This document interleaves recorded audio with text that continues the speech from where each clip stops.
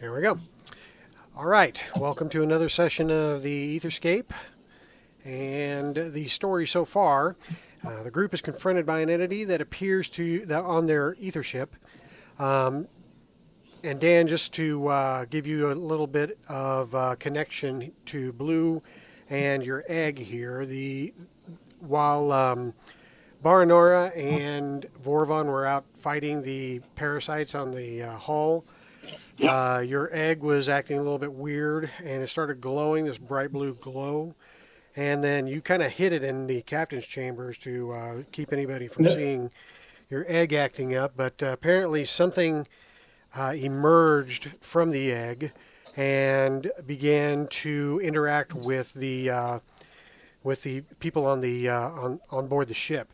Now, Baranora, since you weren't here, I just said that he was basically in shock, um, believing that some divine entity had emerged from the egg. So you were pretty much catatonic for all of last session.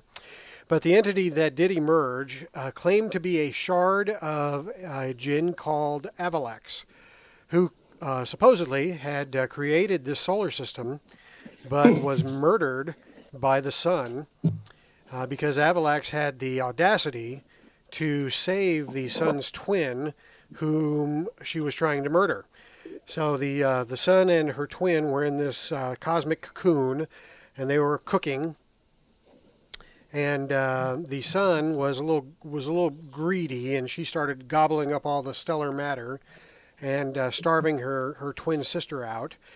And so the sun ignited into a formal star, while the sister was unable to ignite and had to remain a gas giant. And the sun was going to kill the sister, but Avalax intervened and flung the gas giant twin sister to the far reaches of the solar system, well out of the reach of the sun. That pissed the sun off, so she decapitated the djinn with a solar flare and grabbed its body and flung it into a wide orbit around her so she could gloat at the djinn every time it passed her. That was her revenge for him taking away her desire to kill her twin sister. But at any rate, that's the story that this entity gave the crew, and that was actually after a few drinks. That was provided by Green Glow. Apparently, this entity wasn't beyond being able to be intoxicated, and so Green Glow made a few draughts of gin for the gin, and got him a little bit tipsy. So he started talking about this creation myth, and you don't know if it's right or if it's just some weird ether entity that is telling tall tales. But that's the story he tells you. That's when he realizes that, or the entity notices that the sun is acting very strangely with all of its solar flares and its apparent shrinking. And it says it seems that the sun is apparently losing mass or losing power, and that is probably the imbalance that the djinn was, or this shard of Avalax was called forth to set right. But the shard doesn't have sufficient strength to set things right, and so apparently it appeared to you, the nearest sentient beings, to try to recruit into setting the balance, restoring the balance, I should say. And it says the only way to do that is with something called the Book of Creation. And apparently the Book of Creation was something that the djinn Avalax was using to create the solar system way back at the dawn of time. But when the sun killed him, the Book of Creation was scattered throughout the solar system. So,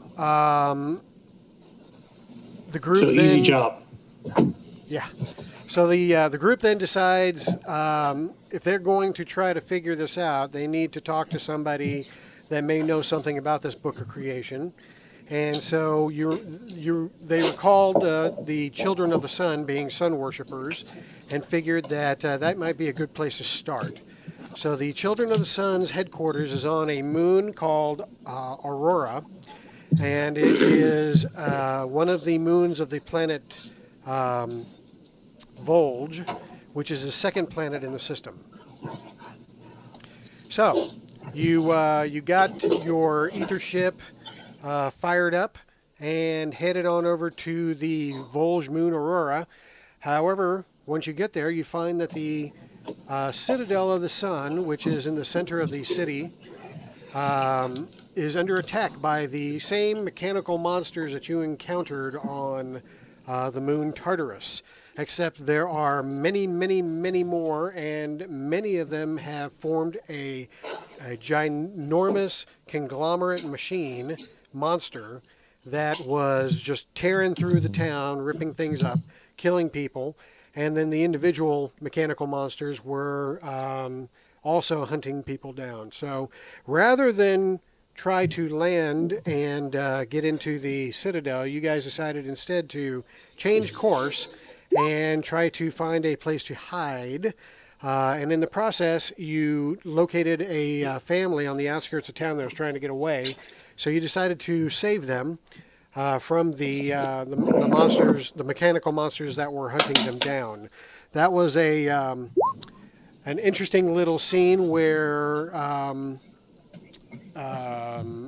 Delano played the hero and basically jumped out onto a ladder to save the wife and kids, while the husband was ripped up by the machines.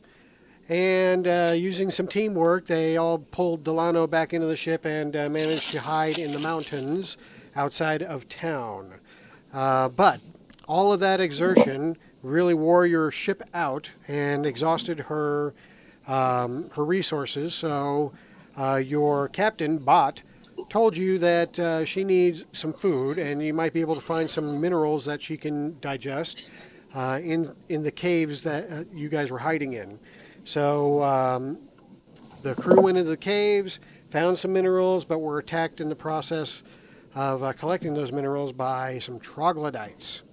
You defeated the troglodytes, returned to the ship, and started feeding your ship the minerals, resting, and starting to plan your next move. So that's where we are, and I'm going to assume that you guys have spent a day in the caves, basically just resting and trying to figure out what you're going to do next. Blue, you snap out of your funk. Zatada, you reappear from whatever extra dimensional space you disappeared to. And oh no, wait, you were here. It was Barnora. Barnora, you reappear from whatever space you disappeared from. So I woke up from my really, really long nap. There you go. Yeah, you were really worn out. So so yeah, you guys are in the cave. It's still in your ship. And so I assume you guys have been talking over the last few hours of what you want to do next. So why don't you shoot some ideas by each other?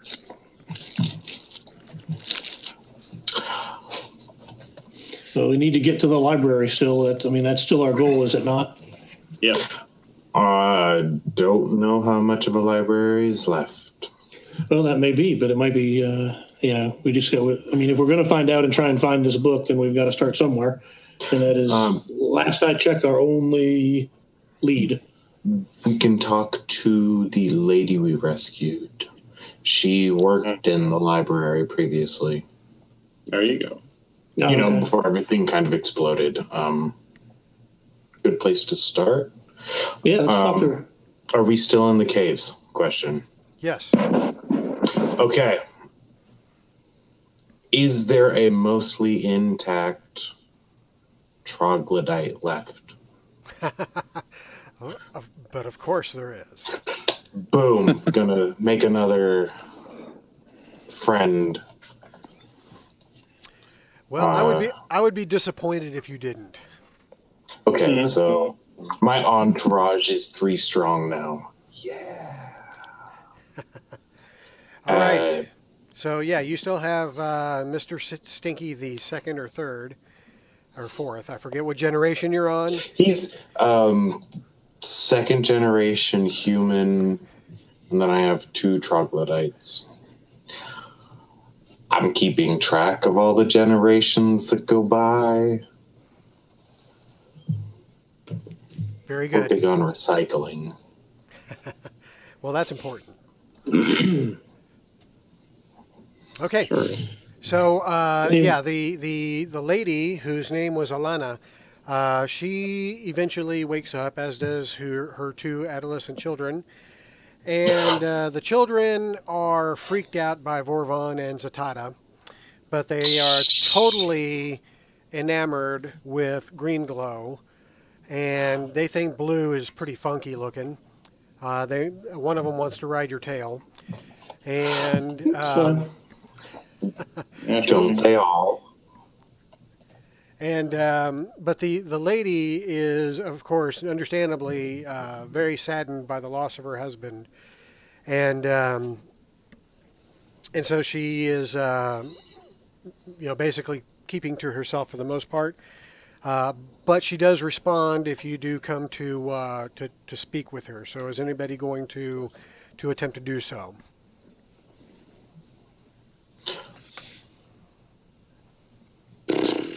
I think the person most apt to do that is the one who can't log in because he's not undead and he's not a weird creature. Although Baranor is somewhat normal. Green Glow has always been friendly. Yeah. And you're good with people. Green Glow's good with people. Yeah, do it. I was going to say, Any invisible- Baranora may look normal, but she doesn't have the mental capacity to talk to people. I look normal now, but I was going to say, I'm going to go around a corner and then use the mummified hand to kind of look normal again. Mhm. But he's in no condition to actually talk to people. Oh, I think Green Glow's probably got the best bet. Actually, that Your reminds me. father's in a better place. That reminds me, I neglected to cover one thing that happened while you guys were out mineral hunting. Blue, you were in your catatonic state while they were out mineral hunting, and while you were, the mechanical tentacle that you had collected, Yes. it crawled out of whatever thing that you put it in and made its way up your body and attached itself to your arm. When you woke up from your catatonic state, you have this tentacle mechanical arm where your missing limb was. However, you immediately sense the mechanical appendage trying to assert some form of control over you.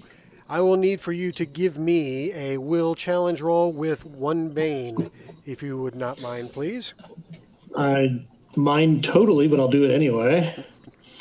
And if you want a corruption, I can give you 1d3 boons. I can't take one. I'm a paladin. I mean, it's like that's like get 1d like get 1d3 boons and lose some of my abilities. So. are we there? We're not there though, right? All this No, is you guys are out mineral hunting. Okay. Yeah. So It turns out. I am going to have a moment of clarity while I'm doing this. So if I fail, I'm going to gain 3 insanity plus whatever, but I get rid of the bane you gave me. So I'm just down to straight up will. Blue's really into autoerotic asphyxiation. 19. So it just starts choking All right, very him. good. So as you come out of your stupor, you sense this alien mechanical mind trying to force its way. As the appendage wormed its way onto your body and attached itself, you're sensing whatever sentience is attached to this arm trying to worm its way similarly into your mind. However, Right. you manage to You manage to force it out very strongly with that roll, and but you still sense that sentience in your arm. You just aren't able to control it, and so you can basically use the arm as your own appendage without any penalties or without any issues. All right. Well, I will take the chain that was kind of knotted and bolted around the stump that I had, and I'll unhook that and have that in chain in hand. That way I can put it away if I need to. It doesn't have to drag behind me all the time now. Cool. Is there any damage that being a big metal claw? Does it do any different damage type if I just were to rake somebody with it? Yeah. Let's say it does. Let me see. A reen normally does. I think it was 2d6 damage. Let me double check. Some of that's probably Reen does from 1d6. So yeah, if you hit with that appendage, it does a d6 damage. Okay. All right.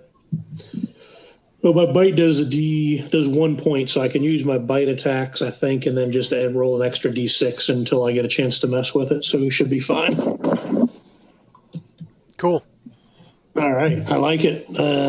Incidentally, you can, as you're kind of messing with it, it comes with like three pincer things, but when you concentrate on it, you can actually reform it, and you can actually form fingers out of it, or you can form like a claw if you want to.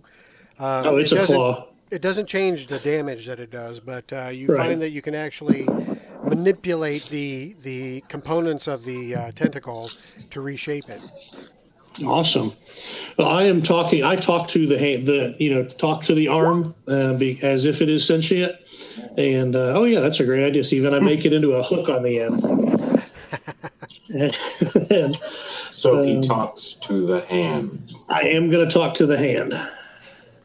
Yeah, and you find that the hand is, when it tries to talk to you, you feel it trying to worm its way into your brain again. But you have a good enough control over it where you can force it back.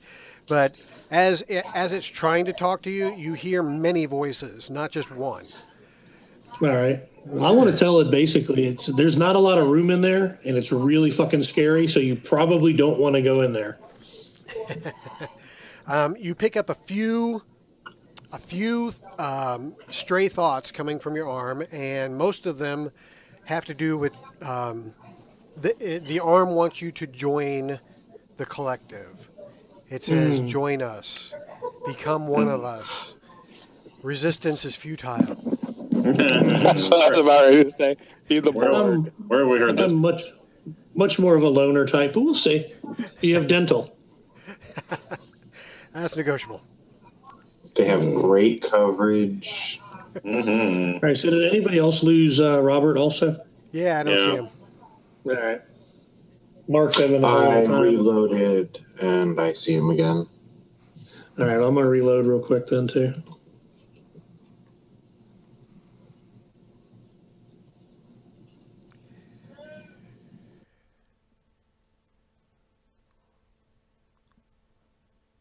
I think everybody's reconnecting at once, just trying to clear it up.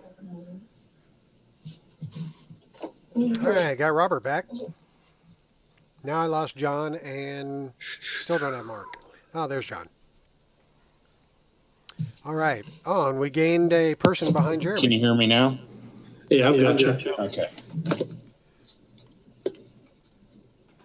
Yeah, I had my screen wasn't showing up. It wouldn't do anything. I couldn't click on anything, but I could hear you guys. So I went and reloaded.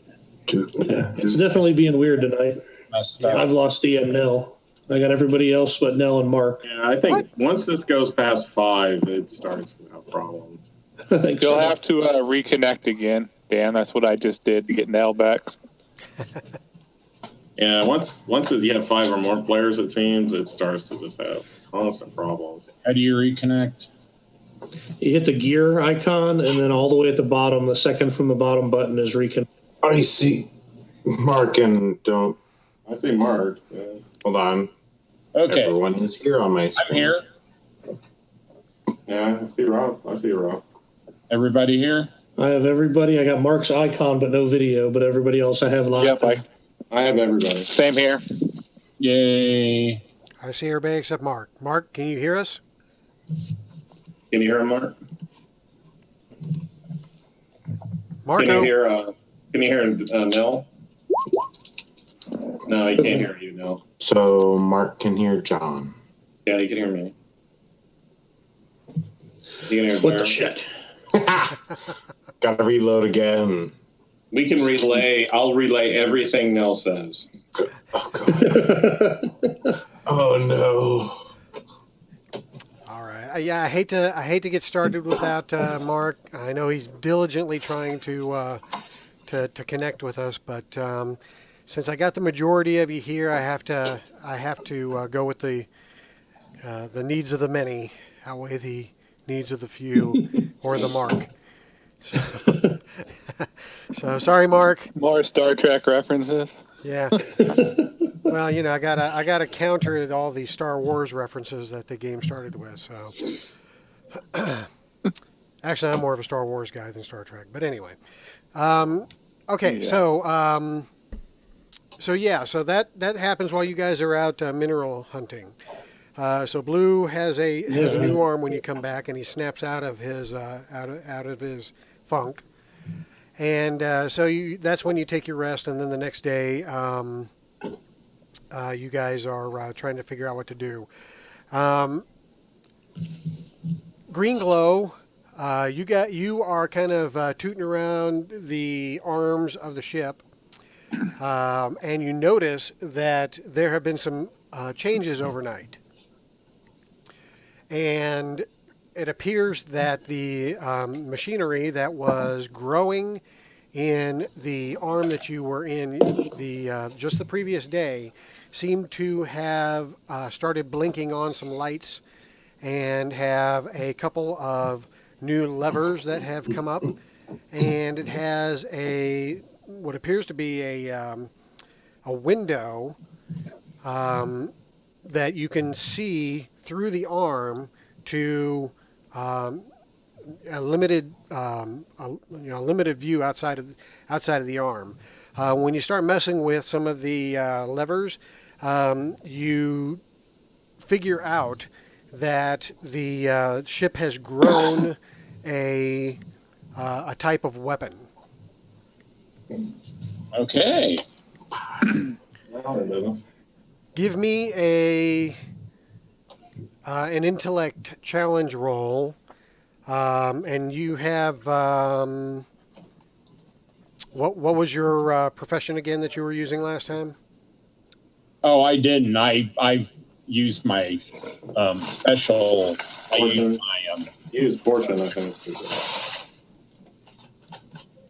I used my good fortune and my fairy charm. Okay, well, give me that intellect challenge roll. It'll be with a bane unless you have something to counteract that.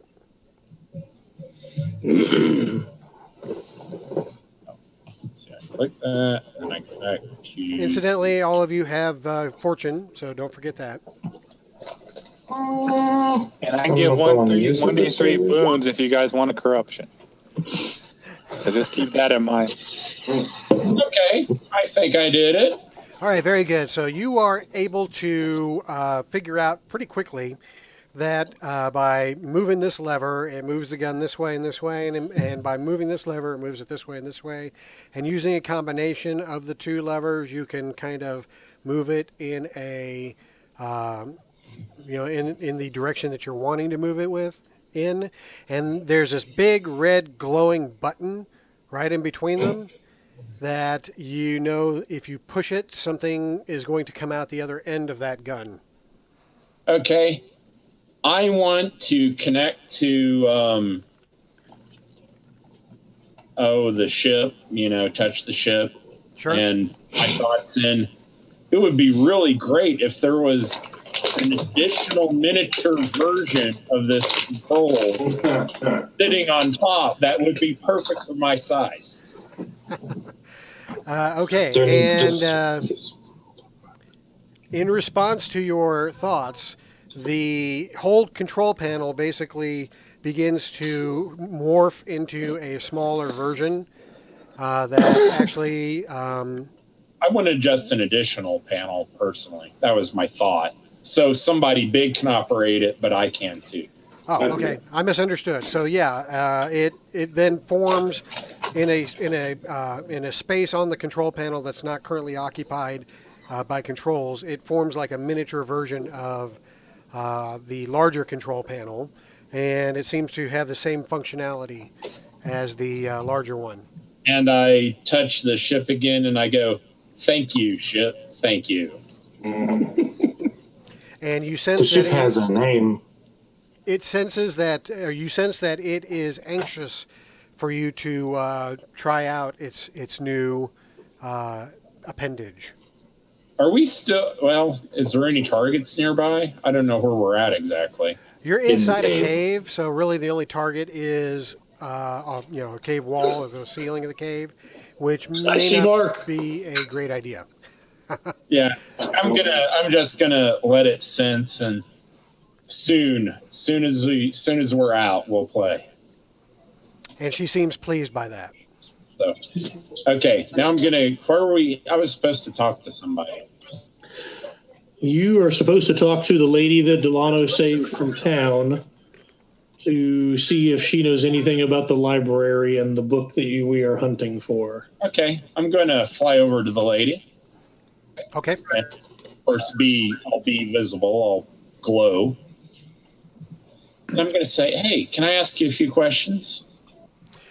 She seems rather down, and you notice that she has been crying a lot. You know, those damn humans are so emotional, and they take death so seriously. But you do get her attention, and she says, "Oh yes, of course." And she dabs her tears away. She says, "What can I do for you, little one?" Yes, I was wanting to know about the library. We were looking for a book in particular about what's his name? What was his name? Avalax? Avalax. Yeah, yes, Avalax. That's the name.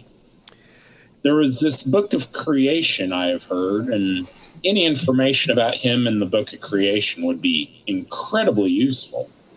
She says that she was familiar with the legend of the Book of Creation. They did have many works associated with that legend in the library, but unfortunately the library was attacked by those mechanical monstrosities, and a large portion of it was destroyed just as she was escaping the Citadel.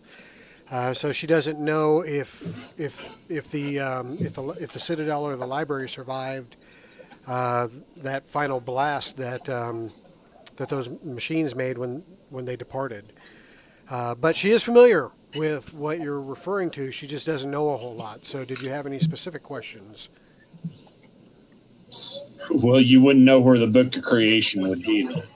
She says that the book, according to the legends, the book was scattered throughout the solar system when the Jinn Avalax was killed by the sun, and rumor has it that the children of the sun were formed partially to recover the Book of Creation. But she's not a member of the cult itself. She works for them, but she works in one of their libraries. She worked in one of their libraries, but she was not actually part of the cult itself. So she doesn't have any information about the whereabouts of the book or if they even recovered any of it.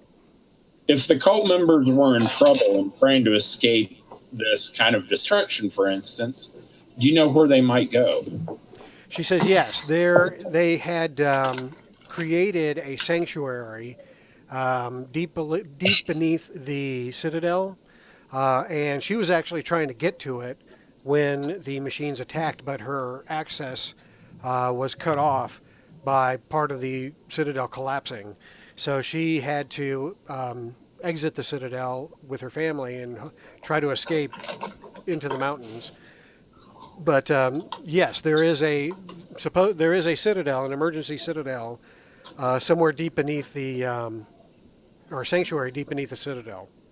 Do you know a ways in? I know you knew one way in that got destroyed. Are there any others?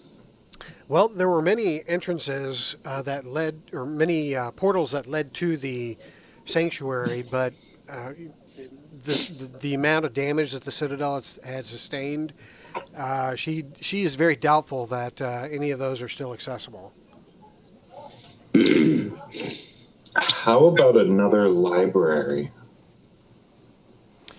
She said says, it was one of their libraries. Were there any additional? Well, she says that the Children of the Sun had outposts on other worlds, and she had heard that they had not citadels to the grandeur of the one that was here, because this was basically their headquarters.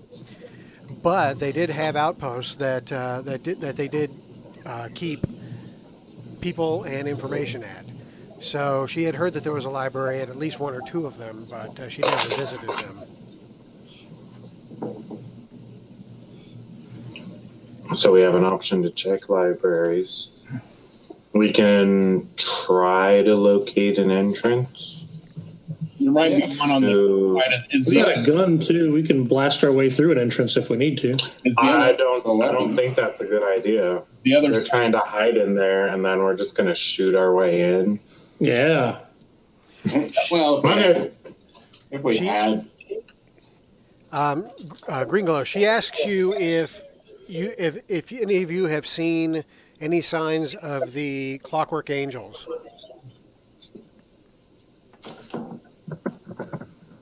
Not that I'm aware of. Now we've got a clockwork for the ship, but well, wait a minute. Angel, what would they look like?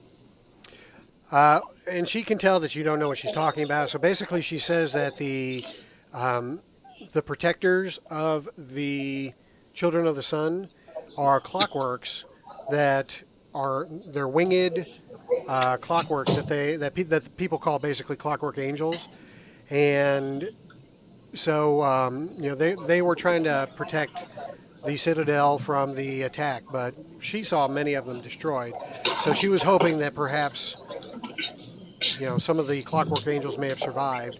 If they did survive, then they may know a way into the sanctuary. Well, we can certainly go look for some. We did not see any. The only person we saw was this weird guy that came in and gave us a lot of information and then left. And so she kind of questions you about that, and she seems very interested in this entity, especially when you say that it claimed to be a shard of the greater Jinn called Avalax. And so she basically says that if that's true, then Avalax may not truly be dead, but may simply be inert and could potentially be restored. Well, of course it's true. It came from my holy egg. Shavra is reaching out to us. And she seems very interested in that, and she questions Blue more about this egg and about your religion. Well, I preach on end, but it's a conversation where I'm actually having the conversation with my arm, and she just happens to be listening to it, because I'm trying to explain the concept of religion and the Shavra to my arm. Okay. And you're trying to convert the collective. I am. The collective is going to become Naga. So resistance is futile from your perspective. Oh yeah. So basically at that point, she says, if we can find a clockwork angel, then they may be able to lead us to the sanctuary. That's as assuming the sanctuary survived the attack. as well. Let's do it. That is where the Children of the Sun's clergy, the Solar, and the rest of the priests would have, been taken to.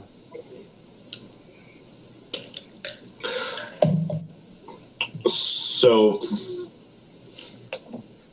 first plan of attack should probably be to get out of the cave, see what we're dealing with up on the surface. Sound reasonable? We can do that with a flyby, though, can't we? I mean, Enya's fully charged up. She ate all the minerals in the world. We should be able to rock and roll. Yep, she's ready to go. And we've got a cannon, so we got to try that out because Enya is anxious. And Green Glow has customized miniature control panels. No kidding. Angelo is our weapons officer. Yeah. Oh no. Okay. Any weapons officer. You should have went with somebody with Dex. Instead, you got intelligence. Well, sometimes you have to be intelligent with stuff. You'll be all right. I'm so smart. Kapow. Mm-hmm. Okay, so the captain asks where you would like to go once you leave the cave. Any place in particular? Back to town, circle the mountains, go elsewhere. A quick pass through town. Is there another? Yeah, I would think we'd have to go back towards. If the angels were fighting the Reen, and the Reen were attacking the Citadel, then the angels should be by the Citadel or the library in theory, right? I mean, that's logical at least for a first look. So basically, we're going to look for more fighting. Yeah. I think As we're you pretty do. much pro fighting at this point. Okay. All right, the captain says, all right, we'll fly by we shall fly by the city and see what has survived. So he puts his control circlet on his head. He's modified it so it doesn't slide off anymore. And he asks for Enya to rise up and to exit the cavern, which she does. And the magical view screen comes up so you can see where she's flying to if you're all gathered in the central chamber. I'm actually I fly to the weapons controls. Can Okay. I see well, like with a big target symbol or something, or? Well, of course you do. Okay, I was just checking.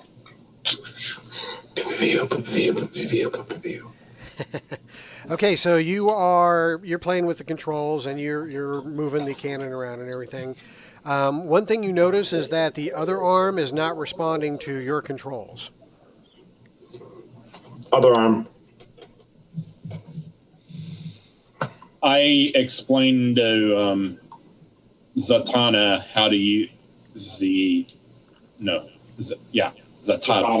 to use the other arm and how the. I will be paying like 75% attention. 25% is just ready to shoot something. Giant laser, giant laser. Gotta love giant lasers.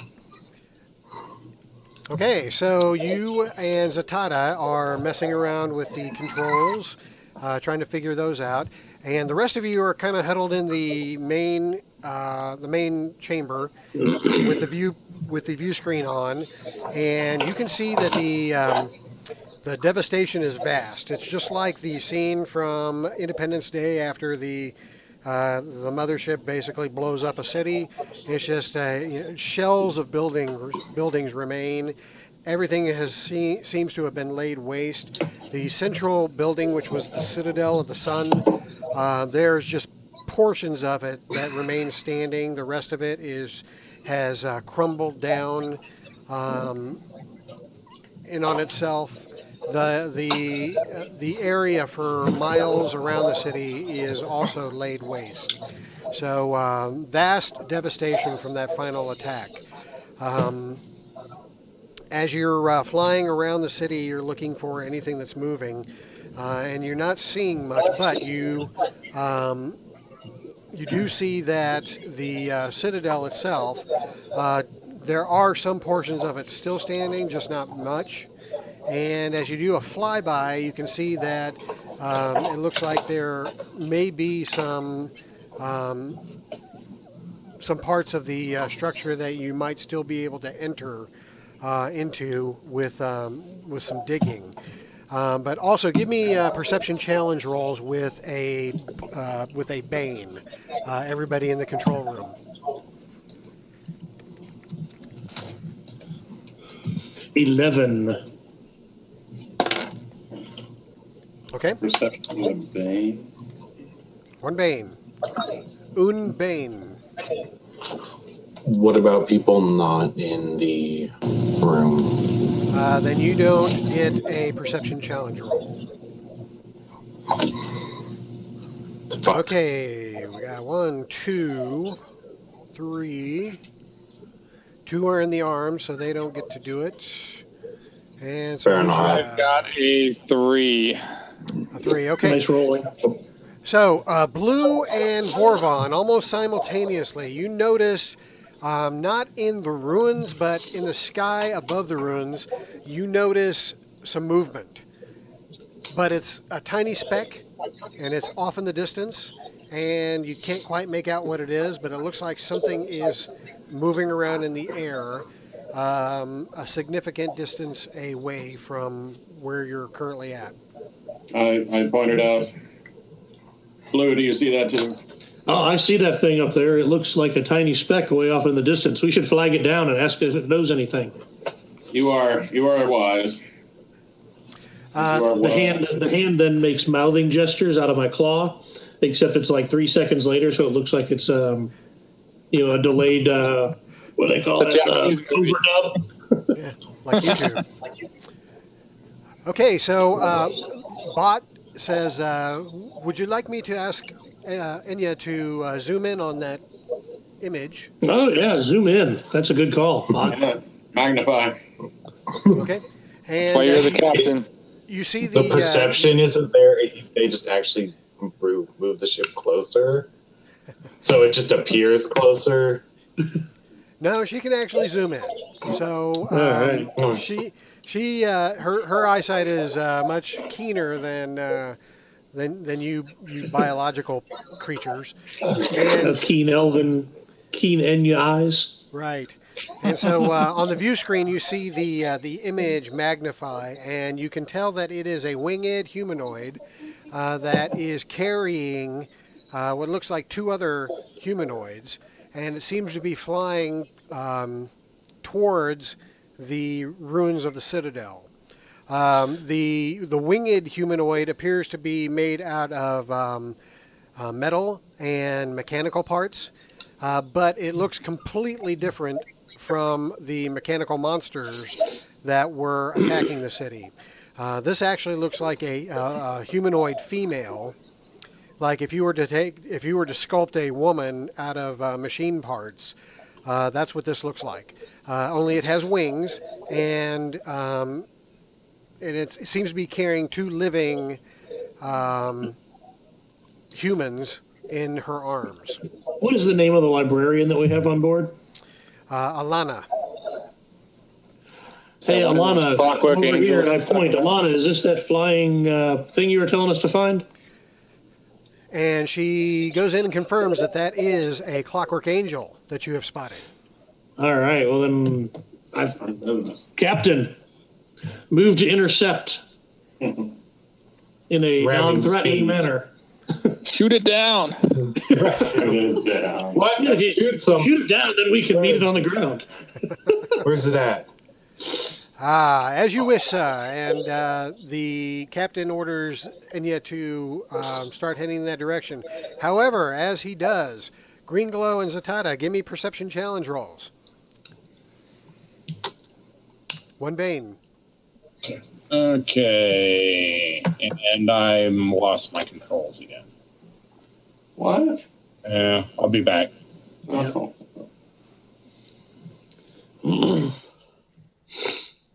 Five. Okay, so Zatada, you do not notice the Clockwork Angel. You're too busy fucking around with the machine with the levers He's and really Go on. slapping the hands of your zombie or your animated dead corpses. He's trying to push buttons as well. Just You're I'm like, back. uh, uh, one of them accidentally hits the red button, just fires off. And it all right, brought down green the Death glow. Star. Perception challenge roll with 1 bane, please. One bit. Is green glow there? Yeah, he got back. Yeah, I'm back. all your stuff is bad. Oh, Okay, you do not see the Clockwork Angel either. However, you do hear Enya or you sense Enya since you're in contact with the control panel. You sense Enya stating that there is a target within range. Would you like to practice with her new toys? You did say you would identify. practice once. I'll say identify target. Okay, and on your little view screen, the little target finder zooms in on this little speck that you didn't notice, and it turns red as it covers the little speck. Huh. Could you zoom in on spec? Shoot it. It zooms in and it looks like a winged machine carrying 2 humans. Hey, Vorvron, It's where's the other taking two guys them- at? What? Where's Zatada and Green Glow at? Oh, they're in the weapon system room. Carrying All right, cool. That seems safe. Nothing could go wrong. They're stealing them. Quickly, shoot them down. Well, no, because you might hurt the humans if you're shooting at extreme range. See those 2 arms on the ship? That's where they are. One's in here, We're not dangerous at all. one's in there. But I'm not going to shoot something extreme range holding humans. I'm not that good of a shot. Nah. I'm going to... She says, "That's okay. I'll bring you closer." Okay. He's friendly. Is there any way I can, is there an intercom system? Yeah, basically just touching a wall of Enya, you can communicate with any other part of Enya. All right, I'm going to reach up to the wall and say, hey, we found an angel. We're going to go and try and communicate with it. Keep an eye out for things not the angel that you can shoot at. We've got somebody. We've got one of the machines kidnapping 2 humans. That's the angel, Fire. not the bad. That's the good machine, Shoot it not a down. bad machine. Are you sure? How are you? Oh, yeah, I'm as sure as anything.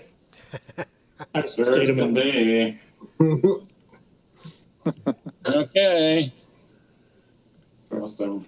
All right, so Enya flies closer to the speck, and as she does, the image becomes larger and larger in the view screen, which forces her to demagnify. That is when the Clockwork Angel notices your ship and starts flying towards you.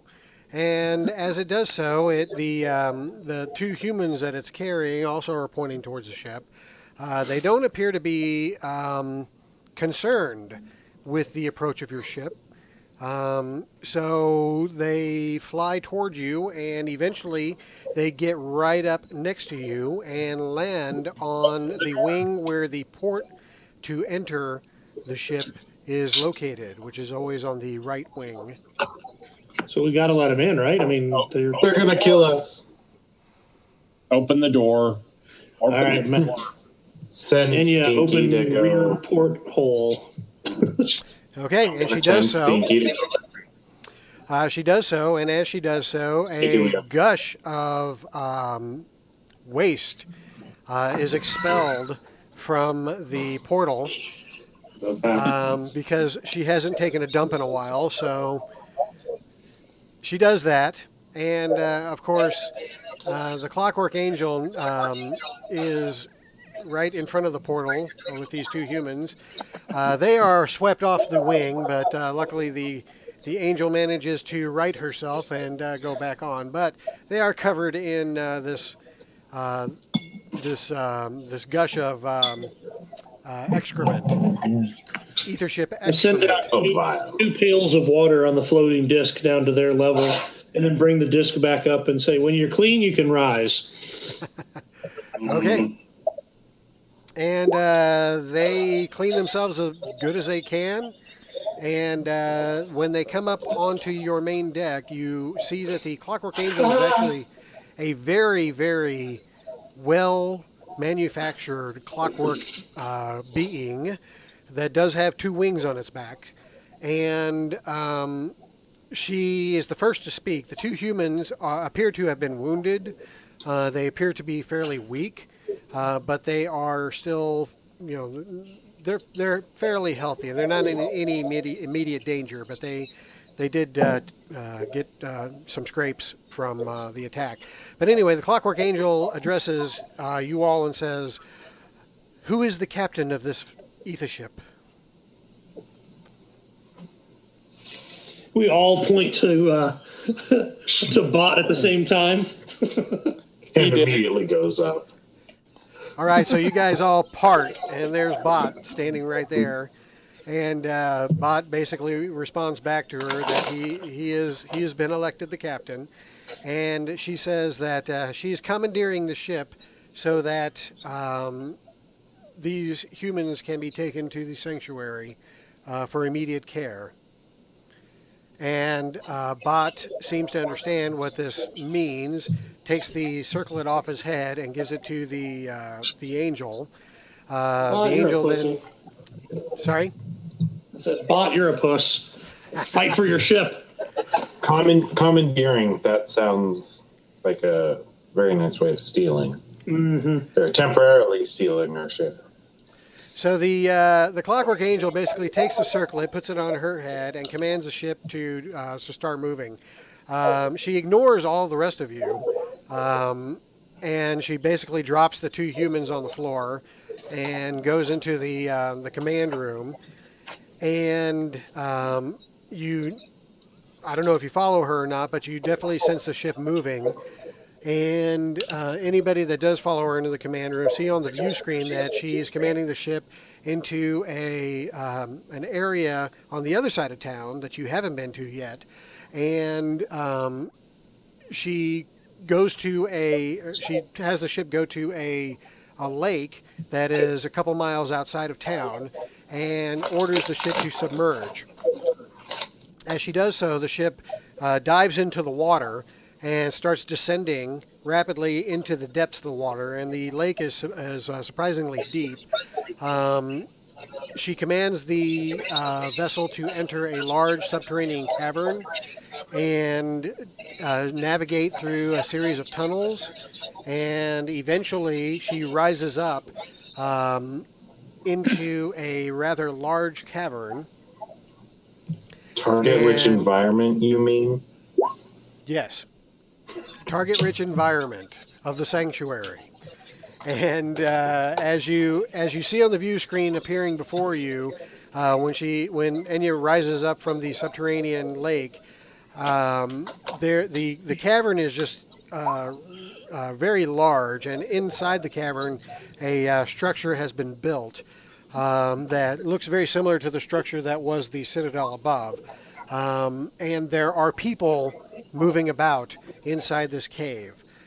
You also see a couple of other ether ships that are in the lake, and the cavern is lit, very brightly lit by numerous sources. But the ship basically docks at the side of the lake, and the Clockwork Angel emerges from the control room, takes the circlet off her head, tosses it at Bot, and she says, "I thank you for your cooperation." And she says, "Humans, follow me." And then she goes to the portal. I start to follow her. Exits the ship. I'm not a human. And starts to head towards the citadel. So who, besides Blue, is following her? I will. Yeah, I'll go along. Okay. Okay. Anybody staying behind? Let me put it this way. The captain is. Bot holds down the ship. Okay, Bot will stay behind. The rest of you follow the Clockwork Angel and the two wounded humans. And you guys disembark and you start heading towards the Citadel below. And you can see all kinds of humans just wandering about. There are people moving crates and barrels and all kinds of different supplies. Lots of wounded that are being cared for in makeshift little camps throughout the area. But the Clockwork Angel is heading straight for the Citadel. And I assume you guys continue following her until you get there. Oh, yeah. All right.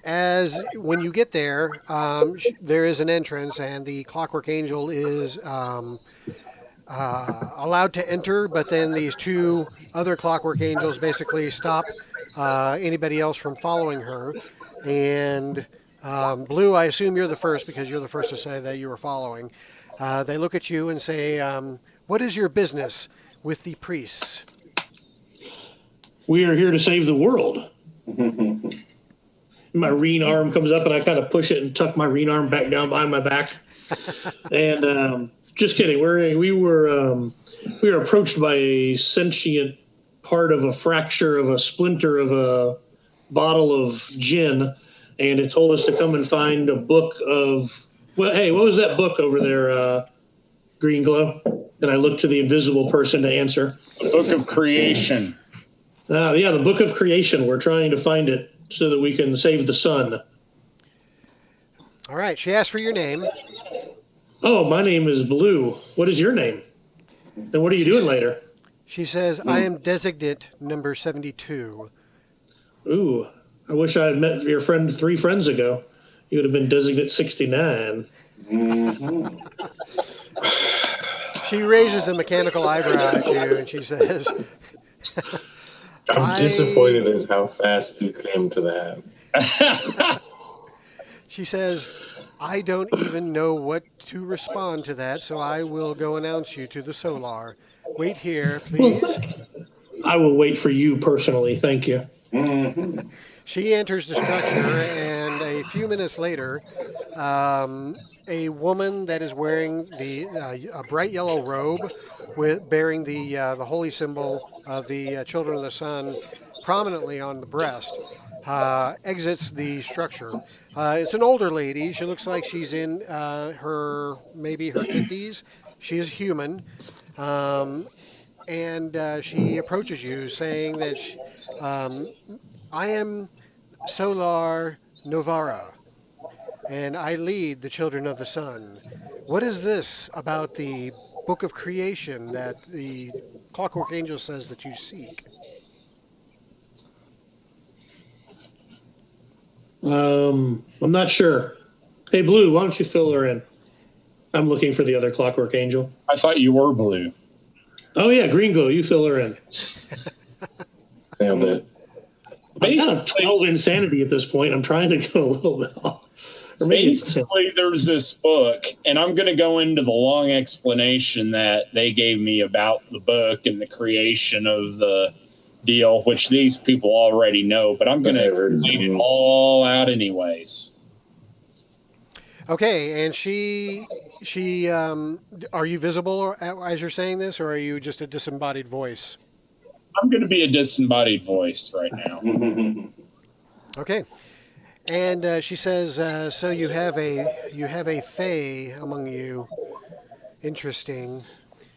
That story you tell sounds like something a fae would come up with." Oh, I'm hurt. And she looks at Delano and she says, she looks at Delano and she says, "Master Halfling, is there any truth to this tale that your Fey companion has spun?" Can Mark hear us? Halflings never lie. Which one's He can hear you only, I think. Can you hear me now? Yeah, I can hear you. Did you hear Green Glow? No, I can't hear anybody but you. Oh, really? Okay, I'm sorry. No All problem. right. All right. So Green Glow basically told the priestess everything that you've learned up to this point that the genie shard told you, and she seems to be giving the Green Glow the cold shoulder. Apparently, she has something against the Fae. Gotcha. She So doesn't she's like addressing Fae you. marriage. If he told the truth, I'll corroborate it. Okay, very good. And she asks you why you are traveling with Fae and also these two undead creatures, or these several undead creatures, as well as this thing, whatever blue is, and this child who is bearing all these weapons that she should not be carrying. That's dangerous. Danger is her middle name. We all came from a prison, and they had a fast ship. God. And I wanted to go faster than 12 parsecs. She says, "You speak in riddles, but if the tale that your Fey friend is weaving is true, and you corroborate this, then I need for all of you to follow me into the Citadel, for we must consult with the council." I corroborate. Is that a tail joke? No tall tale. Tall tail, right. So, or a long tail, or big tail, whatever. So the I've got a big tail. I know. So she turns to enter the Citadel, and she bids you to follow her. Oh, most definitely follow her into the Citadel. What could go wrong there? Certainly. Yep, definitely. All right, as you do, you are led through a series of passages. It's a very nicely built place, nice marble walls and tiled floors, and they spared no expense putting this thing together. And so they take you into a large chamber where there is a number of people seated. These people seem to think that they are very important by the way that they are carrying themselves, and the way that they are dressed makes it seem like they have some wealth among them as well. But she says that this is the council of the children of the sun, and she introduces each of the council members, and she points out that each council member is named after one of the planets. So there is a council member that represents the planet Dancer. There's a council member that represents the planet Volge. There is a council member that represents the planet Earth. And she names off all the planets with the exception of one.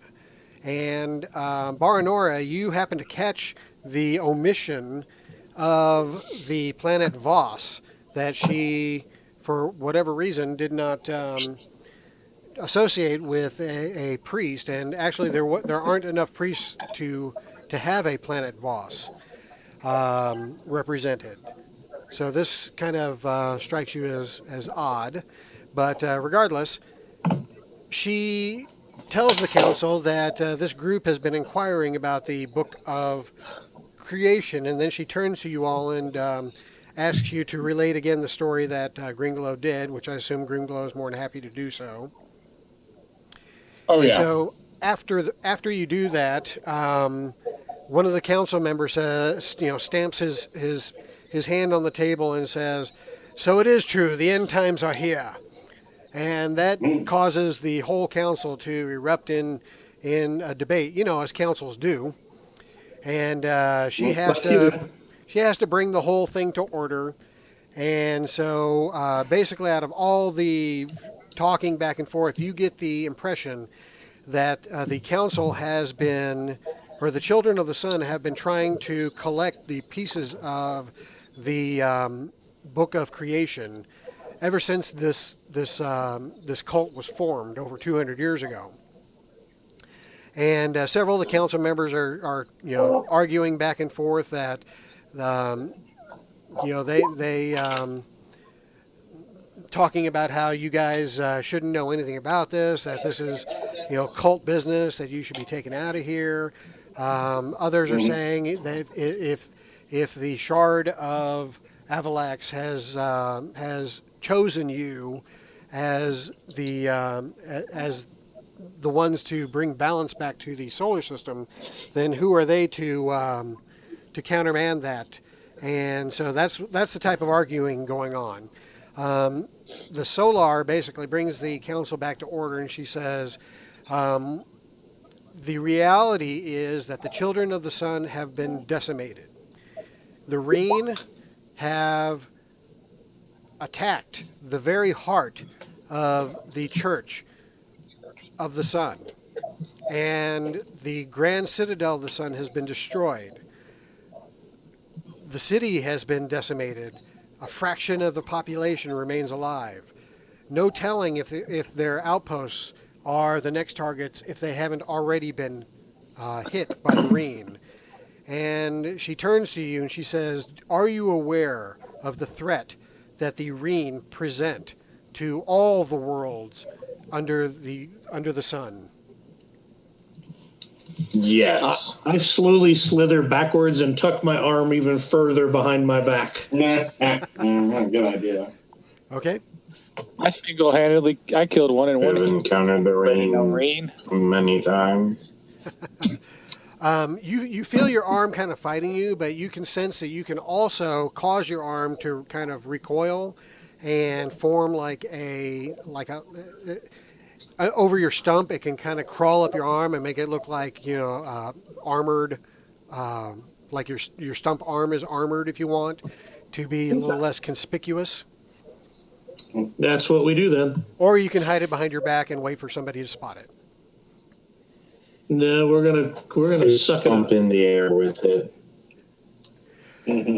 Okay. She says that you may have encountered the Reen, but you certainly don't understand the extent of the threat that they pose all of the worlds.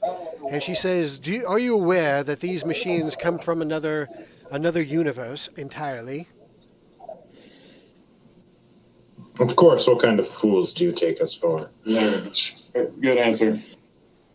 Well, if you are aware of this fact, then perhaps you are not aware of the fact that when they came to this place, it is because their home was destroyed by the Demon Lord. So they were forced to find another home, and they were called to this solar system, to this universe, by the hated twin.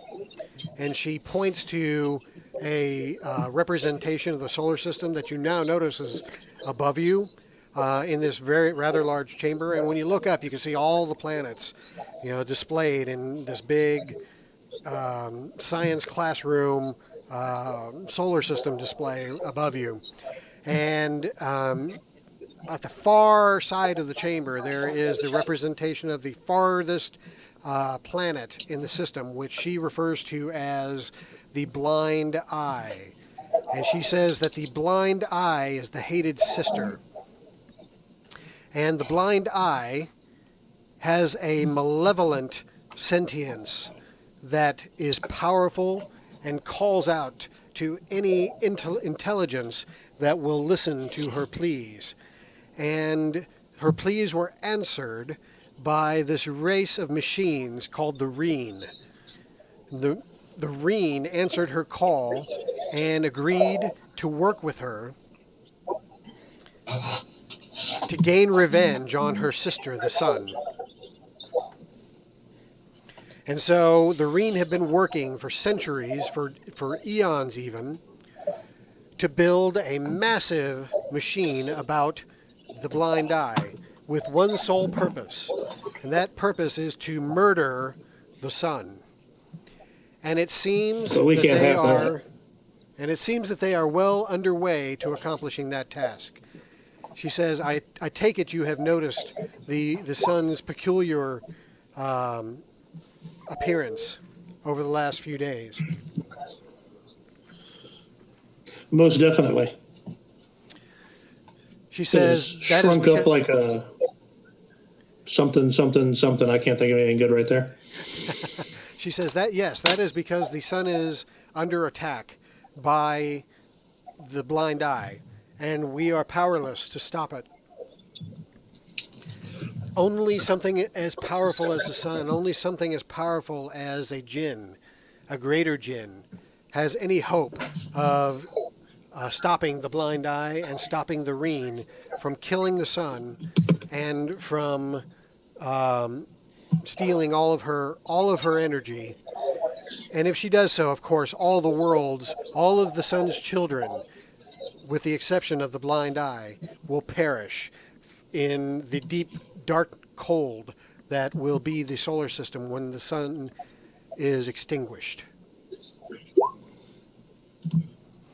So the children of the sun have formed, she says, because of a prophecy that was presented to them by their prophet, whose name was Aurora, who appeared to them when they came to this moon, and she presented the danger of the Reen to the children of the sun and this eventuality. And she said that the only way to stop them was to restore the book of creation. And that's what the children of the sun has been doing for the last several centuries. They've been trying to find the various parts of the book of creation, and they succeeded in finding much of it. In fact, the book was nearly completed. However, that is when the Reen attacked, and the Reen, led by Lord Cronus, destroyed the Citadel and took the portion of the book of creation that we had managed to compile. She says, Lord Cronus was once one of us. He represented the planet Voss. However, on one of the missions to seek out one of the parts of the book of creation, Lord Cronus was captured by the Reen, and he was taken before the Reen Queen and transformed into a monstrosity, half man, half machine.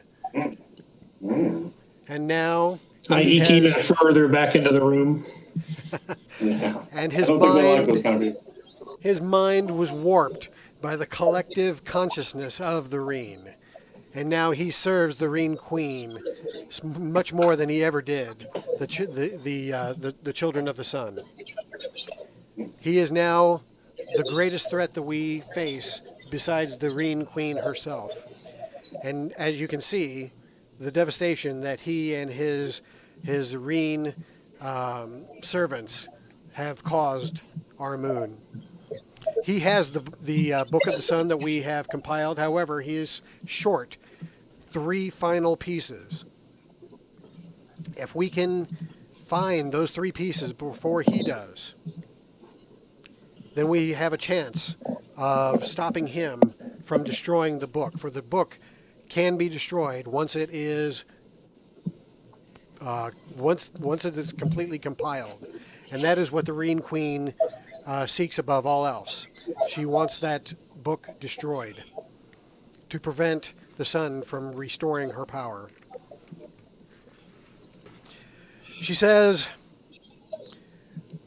we were well underway to accomplishing this before we were attacked, and now we are sadly unable to continue this quest. However, it seems that you were chosen by the Shard of Avalax to carry on where we cannot. Is this something that you, Delano, and your strange companions, is this something that you can do, not only for the children, but for all the people of all the worlds of this solar system?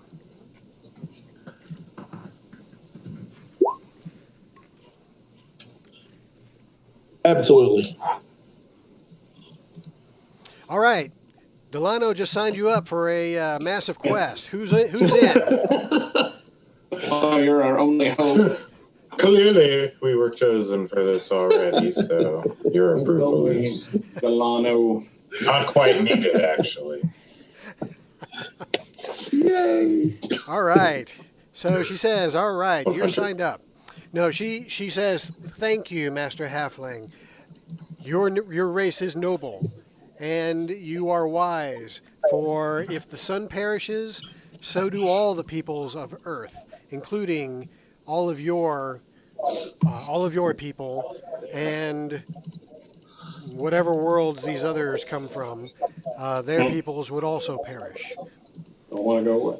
We will My provide people you live with. underground. We'll be fine. Won't be a crowd left.